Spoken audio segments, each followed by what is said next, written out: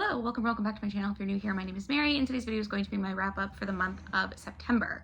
So, in the month of September, I did actually end up finishing 15 books, I think, and I DNF'd like 4 to 6. I can't remember off the top of my head, but I will start this video as usual with the books that I DNF'd, and then I will move through the books in the order in which I enjoyed them. I'm kind of surprised that I read 15 books in September because I feel like as I was going through the reading month, it felt like a really bad reading month. I did a lot of TV watching. I didn't make any videos really. I just was not feeling very excited by anything. I feel like I was picking things up and like losing interest in them very quickly, which I guess could explain why I have so many DNFs, but I will just start this with the DNFs and then we can go from there. The first book that I DNF'd in September was actually Addicted by Elle Kennedy. This is the second book in a romance series. It's like a dystopian romance, and I've read other Elle Kennedys that are contemporary romances that I've enjoyed, so I thought maybe I would try this one. It did not work for me. The premise is it's set in this like dystopian world, and I actually read another book that I didn't end up liking, but this was the second book in the series. And the long story of why I wanted to read this book is because I was trying to find books that were similar in vibe to the TV show Wayne, because I did a video a few years ago now for The Artful Dodger, where I found books that read like The Artful Dodger and the relationship in there, and I really enjoyed doing that video. So I thought if I could find some examples of books that were similar to the TV show Wayne, which is another TV show that I really enjoy. It's one season, it got canceled after one season, which is kind of a shame. It's from like 2019 too, so it's not like a new find, but I believe it is still on Prime and Tubi if you are interested. Tubi is free, that's how I watched it. But anyways, I was trying to find books that were similar in like vibe to that. And the second one is supposed to feature like a girl and guy having to go on the run. However, the whole premise of this world didn't work for me. So it's like a post-apocalyptic society where like society has collapsed, okay? And these people mostly live as outlaws, but they're also like very sexually liberated in what I feel is a strange way. Like I think there's a difference between not being super prudish about things and then like openly having sex all the time. And that's what these books were. And I just wasn't interested in reading it. Like it wasn't believable to me, first of all. Second of all, free use, I don't like. You can say what you want about it. If it works for you, I'm happy for you. It doesn't work for me, I never want to read it again. So that's how I felt with that one. Then I tried to read Before We Were Yours by Lisa Wingate, which is a historical fiction book, I believe, about like the orphan trade. I got not far into this one at all. I wasn't interested in it. I didn't care about it and I didn't want to read it, so I didn't read it. I also tried to read Not Quite Dead Yet by Holly Jackson, which the premise of this one is very interesting to me, but I hated the writing style and I hated the main character, so I didn't continue reading it. I don't like 50% in, but the writing style was so bad. Like, so bad. Like, it read like a YA book that was poorly edited, poorly written, with a character that just wanted to be really edgy, but it's Holly Jackson's adult debut. She wrote the Good Girls Guide to Murder series, which I love, so I was really looking forward to this one, but I hated it. The premise is there's this woman, actually, she's like 30, I think, and she's kind of the like runt of her family. No one really thinks she's really shitty, basically. But she has this health condition that she shares with her father, so she has to watch her sodium intake. I can't remember exactly what the health condition is, but it's like a Halloween festival thing. She goes home from the Halloween festival to her parents' house where she's living and gets hit over the back of the head with a hammer, I think is what happens. And she wakes up and something has happened to where she like would need surgery to live, but she can't get the surgery because the chances are that the surgery will actually kill her. And so she basically is given a week to live. And so she's given a week to solve her own murder is the premise. I think I bungled that description, but that's what's happening. And so I was really intrigued by that, except for it sucked. It was terrible. I hated it. I also hated every other character. Nobody's likable. It was pretty predictable. It just wasn't for me. I just didn't enjoy it at all. There's that. I also DNF'd Juliet the Maniac by Julia Escoria. This is I can't tell if this is a memoir actually, because it's Juliet the Maniac. The author's name is Juliet. I do think the author is Australian and it's set in the US, but like I don't know if it's like based on her real life. I don't really know much about it, but I tried to read it, and it's similar to books like Prozac Nation, Girl Interrupted. If you read any of those, I was really into that in high school. I think I've just grown out of it, to be honest with you, but it's about a girl who is in puberty discovering that she has like some kind of mental health condition. I don't know if she's like bipolar. That's kind of what it was feeling like to me with her like bouts of mania, but I didn't like it and I didn't care that much about it. It was well written. It just wasn't something that I cared to read. Do you know what I mean? Like, I don't know if that makes sense. Like, I think if it's your type of book, you might enjoy that, but I think I'm just not interested in that type of book anymore. The last thing that I DNF'd was Feel Free by Zadie Smith, which is a bunch of essays. I've been told I should read Zadie Smith for a long time. I think I'm going to start with her actual like novels. I don't know anything about her, so her essays were like very meaningless to me. Does that make sense? Like I just didn't, I didn't connect with her because I don't know anything about her, and the essays didn't help with that. I read like the first 3 or 4, and then I was like, I'm gonna bounce out of this one. So I might come back to it once I've read some of her novels, or I might not, but it just wasn't like gripping me. I feel like you have to be invested in her to care about them, and I'm not. So there's that. Now I'm gonna go through the books in the order in which I enjoyed them that I read in the month of September. I did read an entire trilogy in September, so I will be talking about that all together. And I think they actually are all rated the same, but I gave 2 stars this month. That's great. Go me. One of them I did vlog my experience reading. That'll be the next video that goes up after this. So you'll see that. Kind of a bummer that I didn't like the book, but there it is. The first one is Claimed by Elle Kennedy, which again was the first book in that series that I was reading because the second book I was told was similar to the TV show Wayne. And the premise is the dystopian world with all the free use stuff. I don't like. I didn't like it. Didn't care for it. The characters weren't interesting. The plot wasn't interesting. Also, it had the thing where all the heroes were like these big manly alpha guys. And all the heroines, of course, are like very meek and timid and shy and like, oh my God, I can't believe that people out here are just like having sex in the open, and then they become okay with it, which doesn't make any sense to me. So didn't like, would not recommend, no thank you. Will not be reading anything that is similar to that ever again, hopefully. I have heard some people really like I know Jen from the Book Refuge talks about liking dystopian romances. I'd be interested to see what because I looked, she hasn't read the series yet, but it is on her TBR. I would be interested to read ones that she has read and recommends. Although I do know that some of the books that she recommends, I don't like. But I think it's like the ones I need to check too. The ones that tend towards erotica, I'm not interested in. It just does nothing for me, unfortunately. So the next book that I give 2 stars, I actually have with me. I got a blind date with a book. I'm spoiling that whole video right now, but it's This One We Lied, which is also the second book in a series. So I'm kind of annoyed that I got the second book in a series. It is a series of standalones. I don't think you had to read the first book. You do learn about the couple in it. And there's apparently a bunch of like interconnected worlds that are all sports romances. I had a lot of problems with this, which I go into in more depth in that vlog, but this is about a girl who is a basketball player in her college and a boy who is who is a professional hockey player. And at the beginning of the book, they meet, like it's like 3 years before the actual start of the book. They meet because the girl and the basketball player is like really good friends with his adopted younger sister. They make a big deal about her being adopted, which I'm not sure why, because nothing ever happens with that. She's just adopted, and they talk about it a lot. Anyways, she and this girl are good friends. They meet at this club that this hockey player co-owns. That's one of the problems with this. He owns a club that has a speakeasy sex club in it. I don't like that either. I'm not interested in it. I don't like it. It does nothing for me. Also, when I read a sports romance, I want the sport to like make sense or like be integrated into the romance a little bit. And it's not at all in this one. Like it's more a sex club romance than a sports romance because all the action happens at these clubs. But whatever. So didn't like it. I didn't really like him. It also was sold to me as he falls first, and I didn't feel like that was true. So that was annoying. They had this clandestine hookup 3 years ago, and then he has a thing where he only does a hookup one time, but then 3 years later he like meets her again and they hook up again, and then it goes from there, and that's how like their romance starts. There's also like a mystery subplot with like the death of one of the characters, and they're trying to figure out like how that character died, like if it was suicide, if they were murdered, what happened, and it just ultimately was very unsatisfying to me, and it goes off the rails at the end too.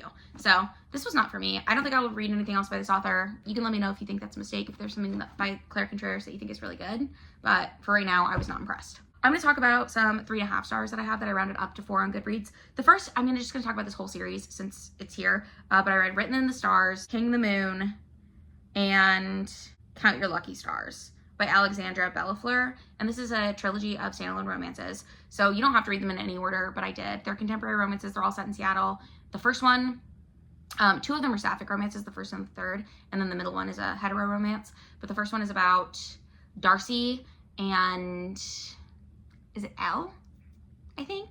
And Elle is an astrologist who works with this app. It's a dating app called OTP, One True Pairing, and her co-worker is her roommate, who's the girl in the third book, and then the guy in the second book is Darcy's brother, and he owns the app. He like made the app, so he's working with these 2 girls who are astrologists to like help him run the app, but it's his app. Does that make sense? I hope so. But the first book, Brendan is the brother. He sets up his sister Darcy with his coworker Elle because he's always trying to set people up. And they have a really bad first date, but Darcy's sick of being set up, so she tells her brother that it went really well. And then he tells Elle that Darcy really likes her. And Elle is like, what the fuck? Darcy doesn't like me at all. Our date went terribly. And then they decide to fake date because they want their families to stop setting them up with people, basically. So they fake date for a while, and then they fall in love. Very cute. I liked it. 3.5 stars, rounded up. Really, no notes. Like, nothing was terrible about it. It didn't like sweep me off my feet, but I did enjoy it. Second one is Brendan and Darcy's childhood best friend. Darcy is his sister. And so her childhood best friend comes to town to visit because she's about to take a job really far away because she's from Philadelphia. She's in Seattle for like a few weeks, and then she's gonna move to London, I think is what's happening. But while she's in Seattle, she starts hanging out with Brendan, and then they sort of like rekindle. She had a crush on him growing up, or he had a crush on her growing up, I think. I don't know. They sort of rekindle things, and then that's their romance. And then the third one is Margot, who is the other astrology girl, and she used to be roommates with Elle. She now has an empty apartment because Elle has moved in with Darcy, and they're trying to plan, I think it's Brendan and I can't remember her name, the girl he ends up with in the second book. It's like their wedding is the third book. And while they're trying to plan the wedding planner is like a childhood friend of Margot's, who actually Margot and her hooked up in high school. And then the girl got back with her high school sweetheart. She ended up marrying that guy. They're now divorced. She's moved to Seattle and she needs a place to stay. So she ends up moving in with Margot. So there's like forced proximity with that. And then also the wedding planning thing that's happening. It was fine. That I think was one of the weaker ones, only because it repeated the childhood crush to adult romance thing, which kind of bothered me. So the second one I think was my favorite. Well, no, the first one I think was my favorite. Although I did rate it lower than I rated the second one. I just gave the second and third one 4 stars. I rated the first one 3.5 stars, but I think realistically it should be 4, 3.5 for me personally. But, and I was kind of bummed because I liked Margot a lot as a character, so I was really excited to see what her story would be. And it just didn't thrill me, to be honest. But that's fine. Now that I've done those, I have one other 3.5 star that I want to talk about, I think. The Inheritance Games by Jennifer Lynn Barnes, which is the first book in I think it's a quartet now. It was originally a trilogy, but they've added a fourth book. And I'm not sure if it's just like a companion or if it's a direct sequel or if it's a direct prequel. I don't know. But this book series is it's a YA mystery series. And the premise is there's this girl, Avery, who lives in Connecticut. And she finds out one day that she's been named in the will of this like eccentric billionaire from Texas who she's never met. And so she ends up going to Texas. He has 4 grandsons that are biologically, they're all half brothers because their mom had 4 sons with 4 different guys, and none of them really know who their dad is. That becomes part of the mystery later on. It's not really relevant in the first book, but I have read the second book since then. Spoiler for my October wrap up. But essentially, like, they're trying to figure out why she's been included in the will, and she ends up getting everything, and each of them get like one object. Like, I don't remember. Somebody gets a wedding ring, somebody gets a compass. I don't really remember, but it's like kind of strange the way that it all pans out, and they're all trying to figure out why this Avery girl's been included. The oldest brother is this guy Nash. Then there's 2 brothers that are around Avery's age. One is a little bit older, and then one is her same age. She's in high school. He's in I think they're both seniors or juniors in high school. And the other one's like 19 or 20. So he's like close in age to them. If they're 17, 18, he's like 19, 20, somewhere in there. But that's Grayson. And then Jameson is her age, and then Xander is younger. And so there's a love triangle with Grayson, Jameson, and Avery. Also, Avery has a sister. Her sister is her guardian because her mom is dead and her dad's a deadbeat. So, tale as old as time. But it's also her half-sister. I think they share a dad, but not moms, I believe. And that's Libby. And Libby also comes and lives with her. So Libby's a really fun character to have around. I had a really good time with this book. I did think it was kind of slow. What did I say? Oh no, I enjoyed the start of the book, but I had a hard time figuring out which character was which. I think I've got a better handle on that now, having read the second book and like actually stopped and been like, okay, who is this person? But overall, I did have a fun time with it, and I am going to continue in that series. Spoiler, because I already have. So for the 4 stars, the first one I have is called Love is a War Song by Danica Nava. And this is a contemporary romance book about a Native American like pop singer. And she goes viral for doing some like culturally insensitive things. And she's also like, she's grown up in Hollywood because her mom's been trying to make her a child star. So she was like, basically it's implied that she was a Disney star to Miley Cyrus pipeline. And this is her fall from grace. And her mom is not in touch with any of her like tribal family members. And so there's this whole thing. She wants to become part of this tribe so that people will leave her alone, basically. And her idea is to go to Oklahoma where her mom's family is and figure out how, like, get them to accept her so that she can move on with her career and her life and be able to say in good faith, like, I am part of this tribe. Like, it's kind of a shitty thing, but that's how it sort of starts. And then she meets this guy who's like a ranch hand at her grandmother's ranch. And then she also learns more about her family and her history. And I like this book a lot. I thought it was really good. It didn't do anything that like really swept me away. I did like this hero quite a bit. He's very like rugged and kind of like doesn't trust her. She's an outsider, all this stuff, and like makes fun of her, but like in a teasing way. But I felt like he was never mean, which is the difference to me. Sometimes these heroes in these books are so mean, and I'm like, I don't understand how you could ever like him after he said that to me, to you, but you know, whatever. So I enjoyed this one. It does have like a lot of her getting in touch with like her Native American cultural side, also just like the South and like Oklahoma, the Great Plains, I suppose is what it is. It's not really the South, but I don't know. I thought that was like really nice. This is the second book that I read by this author. I loved the first one. This one was not as good as that. To me, the first one that I read was The Truth According to Ember. I loved that book. I read that earlier this year, and it's still a contender for like top book of the year for me. It's not like number one, but it might be like top 10. I don't know how long the list is going to be though, because I've read a lot of books that I really loved this year. But that book was great. I had a great time. If you are interested in a contemporary romance with some like Native American rep, it's a good one, I would say. And November, I think, is Native Heritage Month. So that might be a good time to read it. The next 4 stars that I have to talk about is called I Hope This Doesn't Find You by Anne Liang. This is a YA contemporary, and it's got a romantic, is it a romance? It's kind of a romance, I guess. But it's about this girl who goes to this prep school. She's always trying to be like the best of the best, and kind of in like a, what is it, Larjane Covey? Larjane, is that her name? To All the Boys I've Loved Before, where she like writes love letters to people. This girl writes hate emails that she saves as drafts and doesn't send, and then somebody sends out all her drafts. So she's got to like deal with the fallout of all these hate emails. And then she ends up getting kind of close to a boy. And I don't really remember how things go down now that I'm thinking about it, but I liked it. It was good. It was cute. Yeah, it's set in Australia, which is fun. It's by a Chinese Australian author, I suppose. But yeah, it was a really good book, and I liked it. Another YA contemporary romance that I read this month, I didn't realize I read so many, was Always Never Yours by Emily Wibberley. And this girl, it's kind of like, oh gosh, there was an Abby Jimenez book that was kind of like this. But every time she dates someone, they break up with her, and they end up with the person that they're like meant to be with. So she thinks she's cursed. And she's a theater kid. She wants to go to this specific school in Oregon to be, to do like theater stuff, but she has to get an acting credit. So she auditions for Romeo and Juliet, thinking she's gonna get like the nurse because she's close with the director, but the director gives her Juliet, and she's playing Juliet alongside her ex-boyfriend who is Romeo, and her ex-boyfriend actually is now dating her best friend, and she's okay with it because she's convinced herself that they're like meant to be, but also there's some like hurt feelings there, and there's allegedly no overlap, but like she doesn't know if she really trusts that, but she's sort of like choosing to look the other way, I guess. And then this one, there's a tech guy named Billy, I think, that has like turned hot over the summer, and so she's really interested in him. And then there's this other guy who is another actor that she's like sort of got a thing with, but he has a girlfriend in Italy, I believe, that he met at camp, allegedly.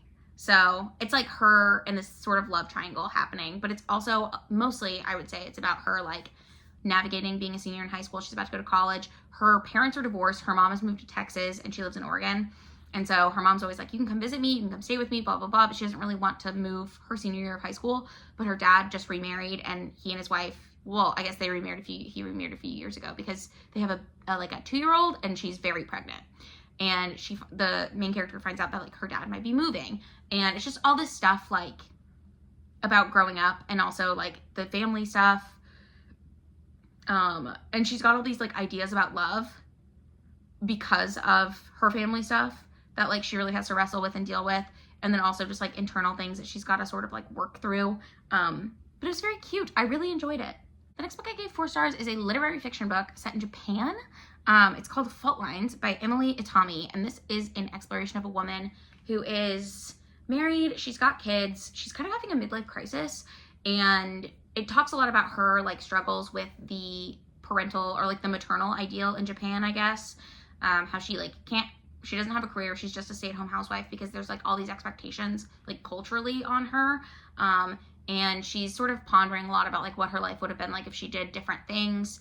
And she sort of strikes up a friendship with a male person that she meets. And then it kind of like blurs the lines of becoming more than friendship. And so a lot of this book is her struggling with like, do I pursue this because I think it'll make me happy? Will it make me happy? And then how far is too far to go back? And I really enjoyed it. I thought it was really well written. I really liked the character work in here. It's very slow. It's not really again, it's like more literary fiction. It's not so much a plot driven book, but I really enjoyed it. And the last 4 stars was Under the Idolatries by Chinelo Akparanta. This is set in Nigeria. I read a lot like of not set in the US books, so I'm pretty proud of myself for that this month. I didn't do it on purpose, but it just sort of happened. A lot. I think there's 3, but you know, that's enough for me. That's more than normal. So this book is set in Nigeria. It's historical fiction, and it's following like the life of the narrator, and it was told in a really interesting way. So like she would start at a certain point in time and then tell you something happened, and then she'd go back and tell you the story of how it all happened. And then you'd get to where we are now. You'd move forward a little bit, and then there would be like another jump where like, okay, the best example I can give you is she starts the book talking about what happened to where she went and lived with this other family that wasn't her family. And then she goes back and talks about all the events leading up to her being sent to live with this other family. And then once you're with the other family, you get like a few days with the other family. And then she gets to the end where she talks about how something happened and she had to go back with her mom. And then we actually get a little bit in the future where she's like back with her mom is mad at her, something has happened. And then it goes back and it tells you what happened to make her mom mad at her and all this different stuff and how she ended up back where she is.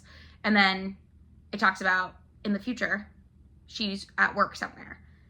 And then she's at work for a little bit, and then we go back and to where she's in high school and how she got to where she goes to work. Does that make sense? So it's like, it's a very interesting writing style.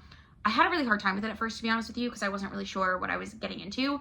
And the time, not really time jumps, but like the skipping things and then going back to them. At first, I wasn't sure if she was going to go back, and I was like, well, I don't really know what's going on. Like, it was kind of confusing, but once I like figured out the pattern, I could like trust the process more. And it's essentially about this woman finding out that she is a lesbian, and it's illegal in Nigeria to be a lesbian. It's also, her family is very Christian. I know that there's other families that are very Muslim because there are characters in this book. And it also talks a lot about like tribal differences, which that part I'm still not 100% sure that I totally understand, just because it's a foreign concept to me, but that's in here as well. And it's just about how this woman ends up living her life, and she's like reflecting on it at the end of her life, right? So she's an old woman reflecting on her childhood in the 60s and her adolescence in the 70s and all of the stuff in Nigeria. And there's also like war in Nigeria at this time. So it's like talking about like historical things that happened around her childhood, but it's through the lens of like her telling her life story. And I really enjoyed it. It really worked for me. So if you know of other books like this again fits the theme of like books that span a long period of time. I really enjoy. Yeah, so that's this sort of fits that. And I really like that in books. And now we're gonna move on to 5 stars. I do have a couple, which I was kind of surprised going back through here because I feel like in my mind, September was such a weak reading month, but it turns out it was actually not that bad. So I'm just dramatic. The first 5 star that I gave was Martyr by Kaveh Akbar, which is a book that I originally tried to read, I think in August, and then I lost my hold, and so I got it back and I finished it in September. I think is what happened. There was like 2 people had it in between me, I want to say. But this one is about a guy who is Iranian American, and he's a poet living in Iowa, I think. I think he's probably part of the Iowa Writers Group. There's like a big college there for people getting graduate degrees in writing. I think it's Iowa. Anywho, he's somewhere in the Midwest. And his dad is now dead. His mom died when he was a baby back in Iran, sorry. I know people hate when I say like Iran, Iraq, whatever. Anyways, he hears about this artist in New York City who, her name is Orkida something. Orkida, maybe? She is Iranian, and she's doing this thing where she's doing like performance art almost, but she's allowing people to come talk to her, and she's dying. She's like actively dying of cancer. So she's gonna do this thing, this like pop-up until she dies. And he decides to go and talk to her. And his whole thing is that like he's trying to write about martyrdom and different people who martyrs, like who die for a cause, but not the ones that are like religious martyrs, just like everyday people. And I think he's tying a lot of it back to like the way his mother died. She was on a plane that was attacked. It was a civilian plane going to Syria, I think, or Turkey. I don't know where it was going. Now I feel really bad because it's based on a real event. But the U.S. military attacked it and said that they thought that it was something else, obviously, but it wasn't. It was a civilian plane, and his mother died in that crash. And so he sort of like dealt with that his whole life. After that, his dad moved them to the U.S., and so he feels like he's amongst his enemy. And it's just like exploring the theme of martyrdom. I loved this book, especially the last third. There's kind of a twist that happens, and I was pretty clear on what the twist was going to be, but you also get some of the story from the perspective of Orkita, and then you get some of the story from his mother. So you get like the story of like the events leading up to his mother's death from her perspective.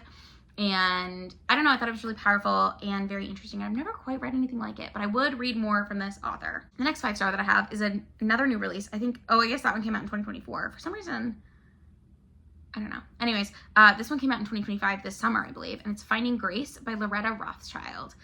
And I can't really talk about this book without spoiling it, so I'm not going to very much because there's something that happens so early on, but it's not in any of the descriptions anywhere.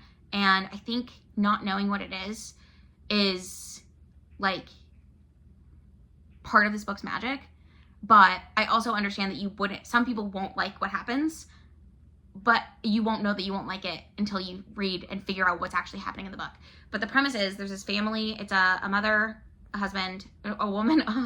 There's a woman, her husband, and they have a daughter, and they're trying to have a second baby, but they're also getting into lots of fights, and they're in France. And then this big event happens, and it like permanently ruptures everything that they knew or thought they knew about their world. And you're dealing with the fallout of that for the rest of the book. And things go off the rails. It gets like really wild. The ending is almost unbelievable to me, but I did love it. So it is what it is. But this book is kind of crazy. Like, I don't know. It's so hard to explain why I liked it so much without spoiling it, but I did really love it. It's impossible to talk about that without spoiling it. So I don't know. I wish I read it with a book group so I could actually talk about it with people, because you really can't talk about anything without spoiling things. Okay. The next book that I read that I gave 5 stars was The Bewitching by Silvia Moreno Garcia. I have said for a long time that Silver Nitrate is my favorite Silvia Moreno Garcia book. This one tops it for me. I love this book. So it's told in 3 timelines. It's about like witchcraft and like magic, but in a more like dark and sinister way than you would originally imagine. The first timeline is in Mexico in like the turn of the century, like early 1900s. And we're following, I can't remember the characters' names, so I'm really sorry about that. But then there's a like the present day timeline is in the 90s in Vermont, I want to say, somewhere up there at a prestigious university. And we're following, no, I'm not going to remember her name. Anyways, this main character who's doing a thesis on a woman who used to write ghost stories who lived in that town, or like horror stories. And she is good friends with this older woman who's like really, really old and lives in this house and has all these original writings. So the grad student, who is the great granddaughter of the people in the first timeline, she is trying to figure out what happened. And a lot of the center of these horror stories is the disappearance of one of the friends of the writer who is now deceased and this woman who has all her original writings. One of their friends in college went missing. And there's all these theories about what happened to her. But then the middle timeline is, I think it's in the 30s, at the same college. You're learning what happened to that girl. So that was the most confusing way I could have explained that, but that's what's going on. And then you're figuring out what all of the stories have in common, and like the magic element of things. I love this book. I thought it was so well done. I love Silvia Moreno Garcia's writing anyways, but I find that these the more modern time periods work for me better than her stuff that's set in like the 1800s. Like Mexican Gothic, people love that book. I thought it was good, but like not as good as other things that I've read by this author. And so the two books that I like the most have in common is they both are set in the 1990s, at least partially, because Silver Nitrate is in the 1990s in Mexico City. This one's in the 1990s in Vermont, but I loved it. I had a great time. Oh, Massachusetts. It's not Vermont. I'm sorry. I did write it down. That was my bad. But this is, I think, my new favorite Sylvia Moreno Garcia book. And again, I haven't read all of them because I think there's like Velvet is the Night. Is that Sylvia Moreno Garcia? I haven't read that one. And there's at least one other one that I haven't read yet. But, you know, I loved it. Okay, and the last book that I want to talk about is These Memories Do Not Belong to Us by Yiming Ma.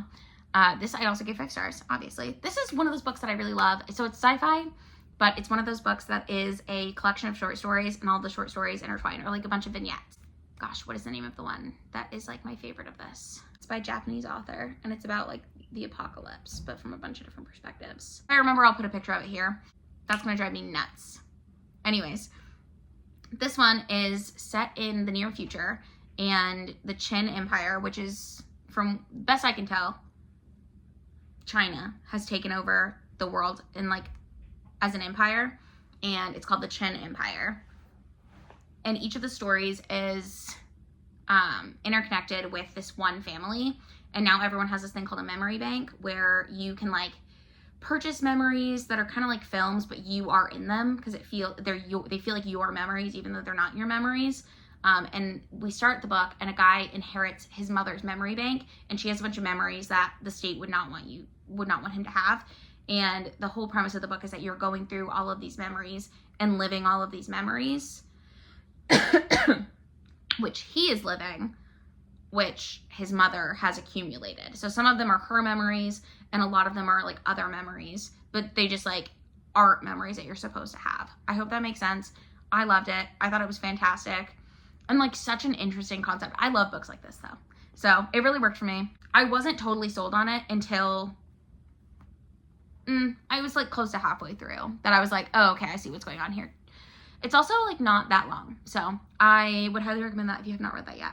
I think it just came out because I was trying to read that for Her Kid Volume 2, which again, I'm failing because I'm not vlogging every book that I read for it, which I said that I was going to. But anyways, all we can do is try, right? So that's it. Those are the 15 books that I read in September and the 5 books that I DNF'd. Let me know in the comments down below if you've read any of these books and how you felt about them. Also, let me know what the best and worst thing you read in September was. If you like this video, give it a thumbs up. If you would like to, you can subscribe to my channel because I do try to post 2 videos a week, and I will see you in another one very soon. Bye!